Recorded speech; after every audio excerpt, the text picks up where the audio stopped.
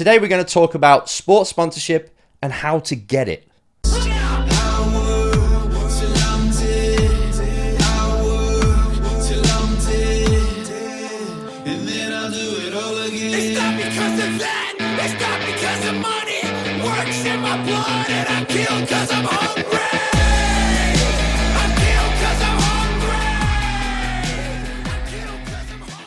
Hi everyone, welcome to another episode of the Race Driver Coach Show, and yeah, sports sponsorship.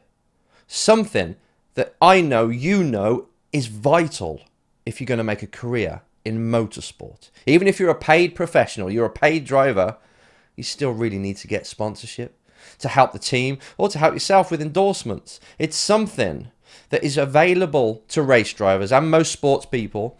It's available because you've got such a reach. You've got thousands, millions, maybe billions of eyeballs on you. And that's really important. That's something that can be monetized. That's something that can allow companies to reach their goals at the same time as you reach yours. What a perfect partnership. Now, you're a driver, right? I presume you're a driver, or you could be any kind of sports person. And the problem is, a lot of sports, you need the cash to compete. Heck of a lot, more than you think. Even tennis or football, you still need it, even though you think race drivers think, oh, you don't need much. They do. Everyone does. And if you haven't got that money, it's painful. It's like trying to set up a business with the best idea in the world, but you got no cash and you got no way of accessing cash. What happens? The business doesn't even form in the first place. And I'm seeing it all the time now. Drivers that have shown that they've got the talent, but they haven't got the cash to carry on or to really showcase that talent. So they don't. They have to give up.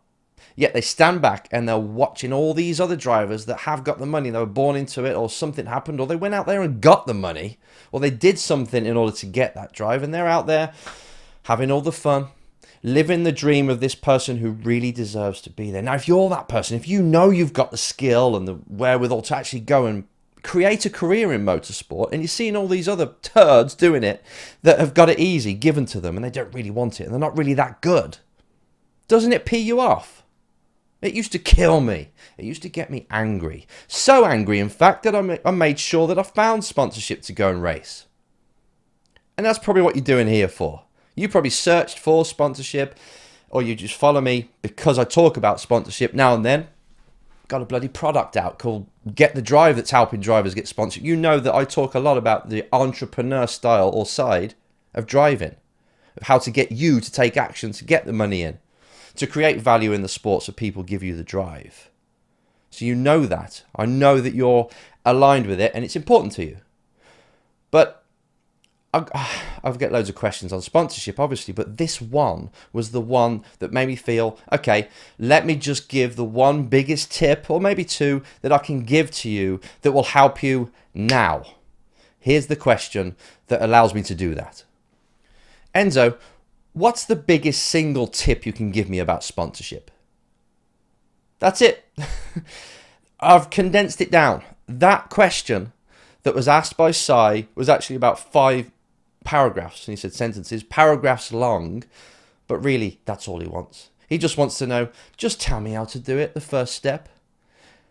Now the first step is difficult because it can start with, you might already know how much budget you need. You might know the value of the championship that you're going for. You might know the people who need to be approached. You might have sales skills. You might have people helping you. So the starting point for all of you out there is different.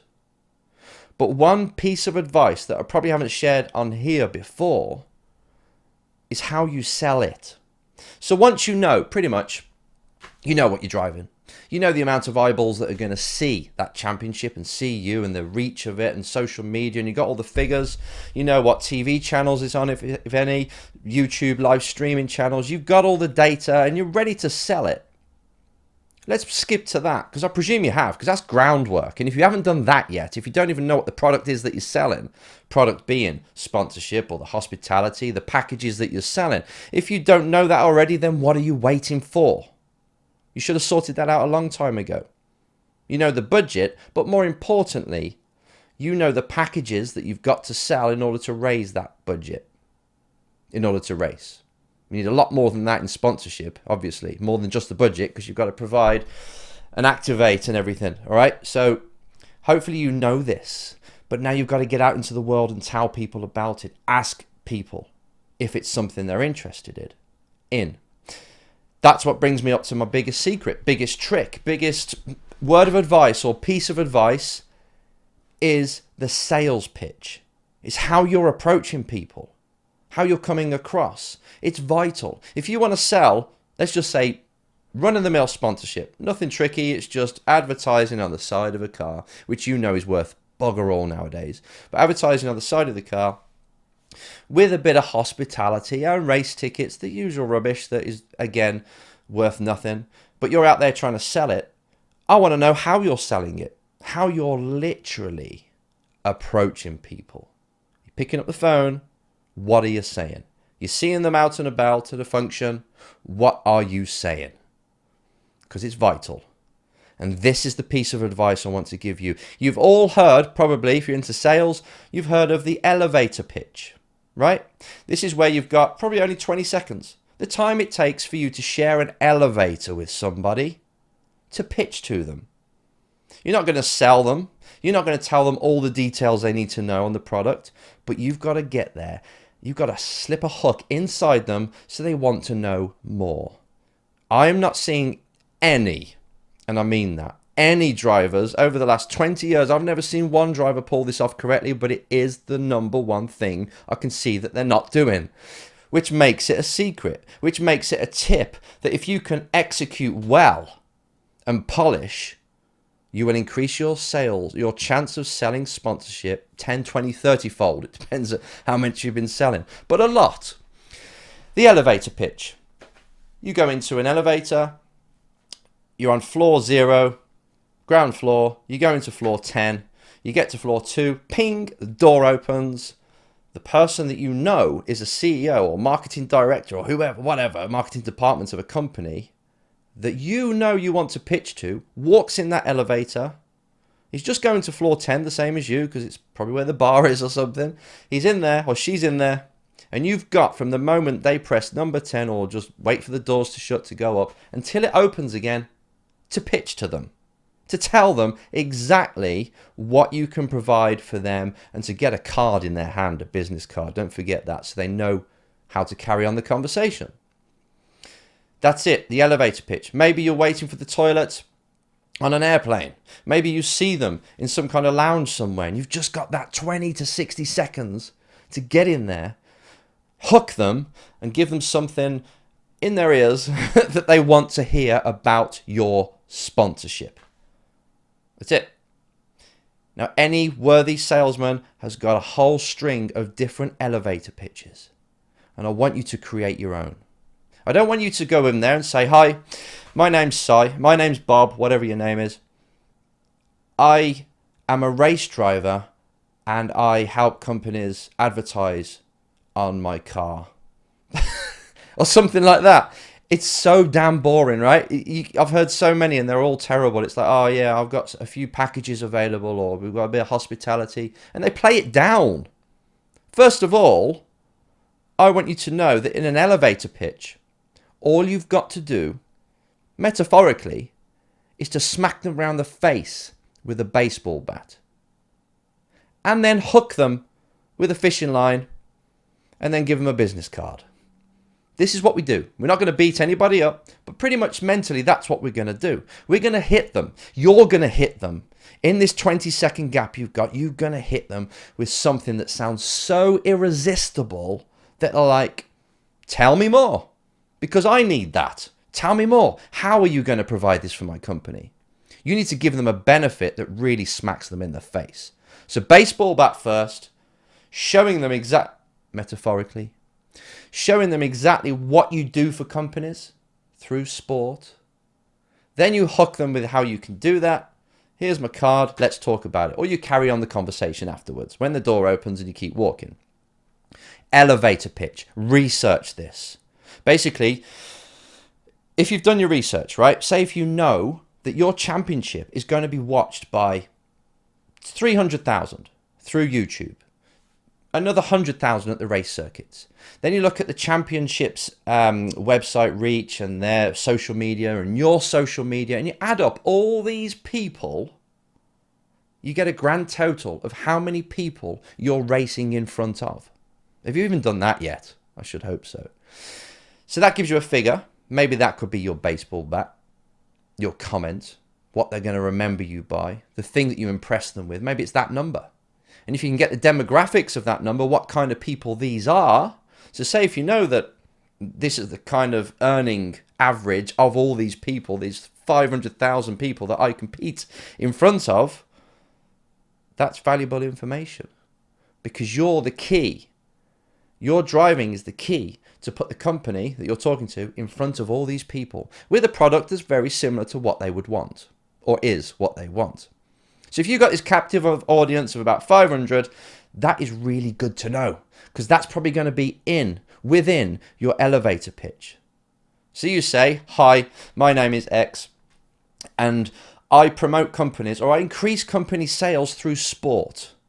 And they go, oh yeah. So yeah, we have a pool of 500,000 potential customers in this certain sector, and I just help people introduce themselves, and we promote companies in front of those potential clients. Done. That's a very soft elevator pitch, but that's just you telling somebody what you do for their company. Now, you could turn that up. You could turn that up by saying this is more research. If you do research on sports sponsorship, the statistics out there that show you certain companies have increased sales by X amount, use that. Make sure it is congruent and applicable with what you're selling, but use all the statistics you can. If sports sponsorship within motorsport is helping companies grow by 40%, growing their sales by 40, 50%, then use that in your elevator pitch, because that's what you do for a living. It doesn't matter if you're a driver. What you do is you go around helping companies grow their sales by 30% through sport. That's what you do for a living. So you must get an elevator pitch. Remember, that kind of claim of what you do will make the company owner, marketing department that you're talking to think, that's interesting. Next, I want to see how you do it. That's where you start to sell. That's the meeting. So if you want to know how we can do it for your company immediately this year, within the next 30 days, we can start to get this going. Here's my card and let's have a meeting. So I promote companies in front of X amount, hundreds of thousands of potential clients in order to increase their sales by X amount, 20%. And we do this year on, year out. Is that something you're interested in? Through sport. Don't even have to mention motorsport, which is going to take me onto something different. And I'm going to share this with you, but that's really what an elevator pitch is. You don't want to bore them with, I do this, I'm a driver looking for money and I've got to chase this dream. Take yourself out of the equation on that side. All you're interested is what they're interested in. A company is interested in increasing their turnover. Your sales pitch has got to talk to that need. How can I help them increase their turnover? Through sport. And you word it that way. A big smack in the face. A bold statement of what you do for and what sports sponsorship does for companies. A real bold statement. Smack them in the face. You've got 20 seconds to do this to them. Hook them. Set up a meeting. And then you start to show them your plan of how you can get them in front of all these people. And how sports sponsorship is working for companies. That's a lot better, right? They don't want to know your sub story. They don't want to know anything about you apart from what you can do for their company. That's it. End of. And you've got 20 seconds to communicate that. If you can do this to so many people at networking parties, at sports events, when you're talking to people in, all sorts of sports events, and there's company owners there. If you're approaching them through email, even email, you can do an elevator pitch. The top line of an email has got to smack them in the face again. Would you like to be put in front of X amount of people? And then statistics underneath saying this is how sports sponsorship is how companies grow. Are you interested? Blah, blah, blah. Contact us. And you don't even have to stay. This is what I was going to lead on to. You don't even have to stay in motorsport. If you're finding motorsport really hard to sell because you're in a championship that's really, it's only like 80 grand or whatever, but it's not even on TV or anything, but you want to really sell sponsorship in order to get there, how about selling sponsorship of a different sport? It doesn't have to be motorsport. It doesn't have to be you. It could be another driver. You've heard me speak about this before. It's piggybacking. If there's a better driver with a more exposure, high profile, sell sponsorship on their car. You get there, you're their agent. So you go to this big driver. Would you mind if I helped you find sponsorship? I'll do it off my own back. I'll pay for it. But if I do bring sponsorship, give us 10%. You write a contract up, you're now finding sponsorship for that driver or helping them or someone else in a different sport, but you're taking the commission because it's easier to sell that than you at this crappy championship that no one can see. And it's better to take 10% of 100 grand than not anything at all. Get something that's more valuable to sell. I'll tell you what, if again you're thinking, yeah, but I'm not a salesperson, I don't know marketing, I couldn't even write a contract, a legal document that makes me look professional enough. Fine. There's companies out there, and this is really interesting now, because there's a company out there that I'm joining forces with. I've worked with them for so many years, but I'm creating an academy with them and with APSM. We're creating this huge academy to help drivers become professional, stay professional, become world champions. And the management arm of that academy, that driver program that we're building right now, is called WHSG. They are a company that they're a broker, really, sponsorship brokerage. They get companies, they get sports, they put them together, they take the broker's commission, right? It's normal. How about going to them? You've got a company that would like to get into motorsport or to any other sport, football, rugby, whatever. They don't care. They'll do the package for you. And you introduce them to WH or a company like WHSG, just like that. You take them to them and they do all that side and you share the commission with them. Basically, you take a company to them saying they want to get into a sport. Can you help me just bring it home? I've got their interest. They want to know more, but I don't know how to sell it. You've got no excuse now. If you put your mind to this, if you put your hours of the days to this, and you see yourself as helping companies grow through sport, and that's how you brand yourself, that's your company, that's what you do, and you live off commissions, it's great. What's even better about that is if you do sell a sponsorship to like a football team, it's not 1 year. They sometimes sign up to 3, 4, 5 year deals, which is a big one. You get commission each year they renew. So it's an ongoing thing. This can build. So all the drivers out there that have got a bit of race entrepreneurship to them, this is a way for you.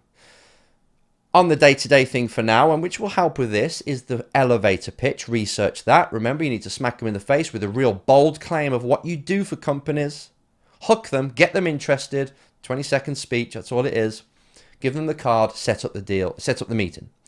And then you go with a sponsorship proposal to show them what you do, and they say yes or no. If they say no, you learn from it, get better, and you apply that to your next meeting. That's the short-term one. But long-term, if you're struggling to actually sell sponsorship yourself and you need help, join with a brokerage. Go out there, find these sports sponsorship companies. Say you want to be an apprentice. You'll work on apprenticeship with them for free to learn the industry and to help them get sponsors. And then you become an employee of them. Or you just want to help them. You want to introduce companies to them. They're going to say yes, and they'll split the commission with you. They'll do all the selling. Don't worry. You take less of a hit, less of the percentage, but it helps. You've got to start thinking like this now. There's lots of sponsorship secrets out there, if you want to call them secrets. They're tips, really, aren't they? But this is a whopper. How can you be bigger than just motorsport? How can you sell something that is sellable? Because let's admit it, let's be really real here. Sponsorship in motorsport is so hard to sell. So why don't we look for something within sport? Because sport's cool, sport's fun, sport's your bag. How about we find something with real benefit? Even if it's esports, even if it's drone racing. How about going to sell sponsorship for them gigs? For them drivers or flyers, pilots. And then you just take commission. and you spend it on your racing. You'd be surprised. Plus, this is going to give you a career. You'd be surprised in making money in the sponsorship world. You'd be surprised how much you can get if you just keep doing this, and the relationships you build over the years. Because people will say, you know what, Si or whoever it is, you put us on the shirt of this football company or helped out. Is there anything else you know about? Is there something else we could do? Horse races? Yeah, I can introduce you. It grows from there. Now, if this is really scary because all I want to do is drive a car, then get real. Because if you're going out there saying, I'll sell a spot on the side of my car for you to have a little bit of exposure and hospitality, you're not going to be able to sell that for much, are you? It's not worth much. So just get real. Say, how can I really be entrepreneurial about this? How can I have something of more value to sell to people, and how can I pitch it to them? There's lots of food for thought here, and I want you to think about it. Take your time, listen to it again, research elevator pitches, research all the people that sell sponsorships, see if you can do a deal with them, or even pick their brains about what they do and how you can apply some of the advice they give you. Just get out there. There's loads of ways of getting sponsorship. No excuses.